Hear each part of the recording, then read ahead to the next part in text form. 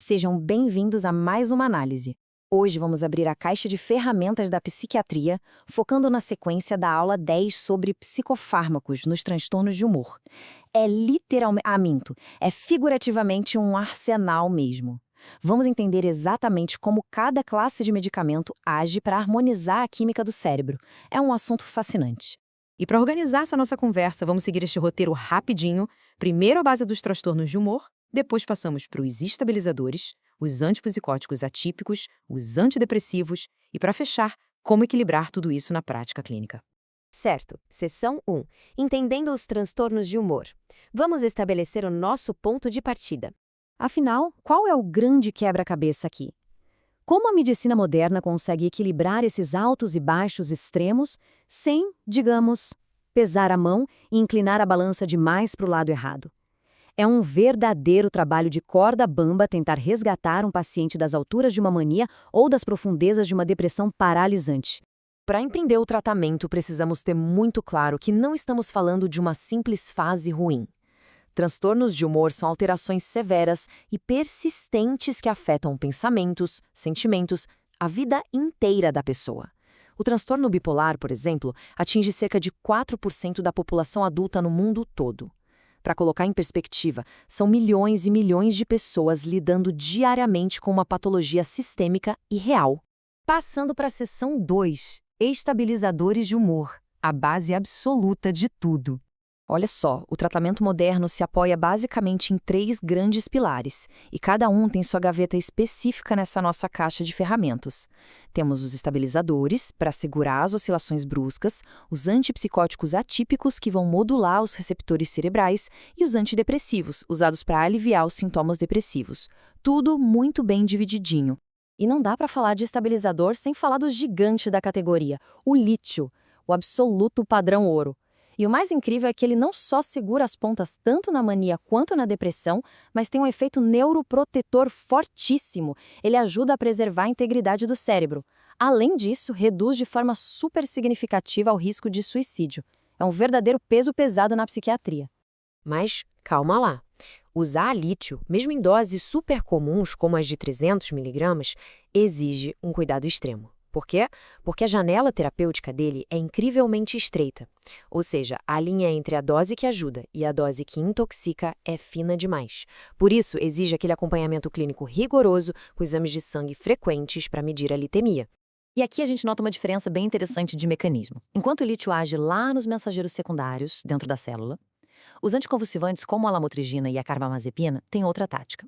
Eles vão lá e bloqueiam os canais de sódio, o que basicamente dá uma acalmada nas membranas dos neurônios, evitando que eles disparem sinais enlouquecidamente. Só que na prática diária, medicações como a carbamazepina acendem um alerta enorme. Elas requerem uma vigilância médica muito, muito rigorosa. A margem para intoxicação acidental, principalmente em crianças, é algo que demanda a atenção total de quem está conduzindo o caso. O que nos leva à seção 3, antipsicóticos atípicos, os nossos moduladores modernos. O grande pulo do gato dessa segunda geração de medicamentos é que eles não atiram para um lado só. Eles são como chaves mestras que modulam vários receptores simultaneamente. Eles bloqueiam tanto a dopamina, lá no receptor D2, quanto a serotonina, no 5-HT2A. E a melhor parte, fazem isso com um risco consideravelmente menor de causar aqueles efeitos colaterais motores que eram o terror nos remédios mais antigos.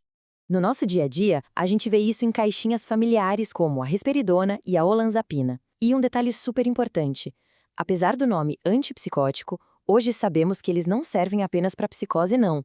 Eles se provaram ferramentas cruciais e ágeis para controlar a mania aguda e são fantásticos para manutenção a longo prazo. Muito bem, seção 4, antidepressivos. E aqui, a atenção redobrada. Uso com altíssima cautela. A literatura médica não brinca em serviço quando o assunto é esse. Prescrever um antidepressivo isoladamente para alguém com transtorno bipolar é, sem exageros, brincar com fogo. O risco de causar uma virada maníaca, que é jogar o paciente direto para um episódio eufórico, é gigantesco. E se isso não for bem manejado, pode instabilizar tudo e causar a temida ciclagem rápida, o que vira um pesadelo clínico para tratar depois. Então, se for absolutamente indispensável usar um antidepressivo, as diretrizes apontam para caminhos muito mais seguros. A literatura sugere a bupropiona, que foca na noradrenalina e dopamina, ou inibidores como a sertralina. O que se deve evitar ao máximo são os velhos antidepressivos tricíclicos. Para se ter uma ideia, o risco de virada maníaca com eles pode chegar a absurdo 70%. Loucura, né? E, finalmente, seção 5, o ato de equilibrar. Como a gente junta todas essas peças na prática? A regra de ouro, o verdadeiro norte das diretrizes modernas é este. Nunca, em hipótese alguma, use um antidepressivo como monoterapia no transtorno bipolar. É inegociável. Para entrar com um antidepressivo, tem que existir um estabilizador de humor prescrito de forma concomitante, servindo de âncora firme para o cérebro. No fim das contas, o tratamento é como montar um quebra-cabeça de altíssima precisão. Passo 1. Resolver a emergência, tratando os sintomas agudos. Passo 2. Ajustar a dose com cuidado de relojoeiro para maximizar o efeito e minimizar os colaterais. E o passo 3. Entrar na terapia de manutenção a longo prazo para construir uma barreira sólida contra novas recaídas. Toda essa complexidade nos deixa com um pensamento bem instigante. Com a ciência evoluindo tão rápido, será que um dia vamos descobrir a pílula mágica, um estabilizador único e perfeito? Ou será que a verdadeira arte da psiquiatria vai ser sempre essa orquestração delicada e super customizada, combinando todas essas ferramentas para cada pessoa? É algo incrível para se pensar. Ficamos por aqui e até a nossa próxima análise.